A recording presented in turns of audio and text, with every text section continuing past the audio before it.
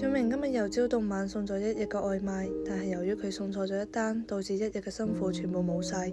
最後喺好夜嗰時候，佢拖住疲倦嘅身體返到屋企。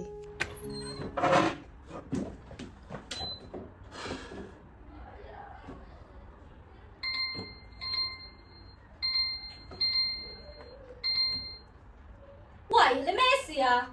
返工冇嘢做算數啦，送個外賣都係送錯地址，你係返工定係蝕錢返工啊？要你有咩用啊？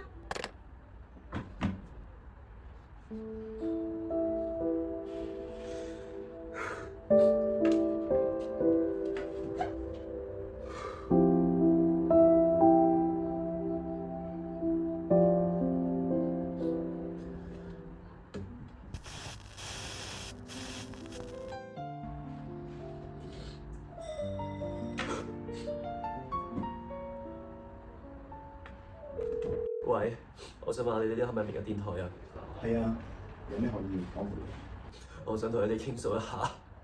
聽你把聲，好似今日遇到啲唔開心嘅事情喎。係，我送外賣送得咁辛苦，我仲俾女朋友鬧啊！咁可能女朋友都係緊張你，或者緊張你哋之間嘅一個未來啫。